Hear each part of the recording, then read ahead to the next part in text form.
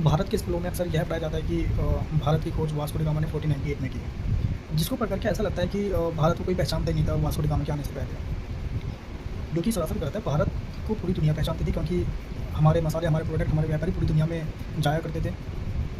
हम gulf countries को मसाले बेचा करते थे और वही मसाले जो है वह बड़े दामों में, महंगे दामों में यूरोप की कंट्रीज़ को बेचा करते थे, जिसकी वजह से यूरोप वालों को पता था कि भारत एक देश है जहाँ पे बहुत पैसा है, सोना है, चांदी है, हीरे जवाहरात वगैरह, बहुत अमीर देश है। और इसी वजह से जो है वह भारत आना भी चाहते थे कि हम वहाँ पे राज करेंगे और वहाँ के जो है सोना चांदी को लूटेंगे।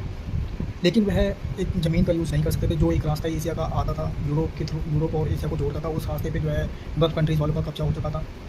अब वह भारत में कब्ज़ा करने के लिए उनको एक समुद्री मार्ग की ज़रूरत थी, क्योंकि वह ज़मीन के थ्रू तो आ नहीं सकते थे, क्योंकि वहाँ पे ऑलरेडी कब्ज़ा हो चुका था। अब इसलिए उन्होंने समुद्री मार्ग की खोज के लिए सोचा, और उसी में से यूरोप का एक देश था जो पुर्तगाल था। पुर्तगाल के राजा ने, जो उसके देश का एक नाविक था वास्को डी गामा, उसने उसको 170 लोग दिया और कहा कि मैं दुनिया का सबसे बड़ा जहाज़ तेरे को दे रहा हूँ, जाओ और भारत तक पहुँचने का एक समुद्री रास्ता ढूँढ। अब वास्को डी गामा निकला और जब वह साउथ अफ्रीका तक पहुँचा, साउथ अफ्रीका तक पहुँचने पर उसने सोचा कि वह सही जा रहा है कि गलत जा रहा है। इतने में उसको दूर एक जहाज़ दिखा, और जब वह उस जहाज़ के नज़दीक आता, उसने देखा कि वह जहाज़ उसके जहाज़ से 12 गुना बड़ा जहाज़ है, 12 टाइम बिगेस्ट शिप है वो, इतना बड़ा जहाज़ है। और वह जहाज़ एक भारतीय का था, जो कि एक गुजराती व्यापारी था जिसका नाम कान्हा पटेल था। अब कान्हा पटेल को पता चला ये भारत जा रहा है, तो उसने एक अतिथि देवो भव की नीति के थ्रू जो है उसने बताया कि यू आर मोस्ट वेलकम, और उसको रास्ता बताया कि आपको किस दिशा की ओर जाना है। अगर कान्हा पटेल नहीं होता तो जो है फिर वास्को डी गामा को रास्ता भी नहीं पता चलता है। अब कान्हा पटेल ने मदद की, तब जा करके 1498 में वास्को डी गामा भारत पहुंचा।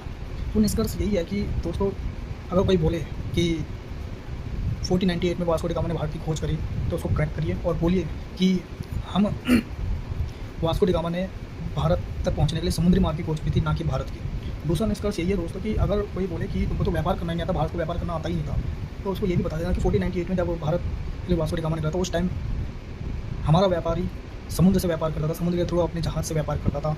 और उस समय 1498 में जब पूरी दुनिया की इकोनॉमी, पूरे वर्ल्ड की इकोनॉमी जो थी, उसमें 40 से 50% इकोनॉमी पूरे भारत की थी।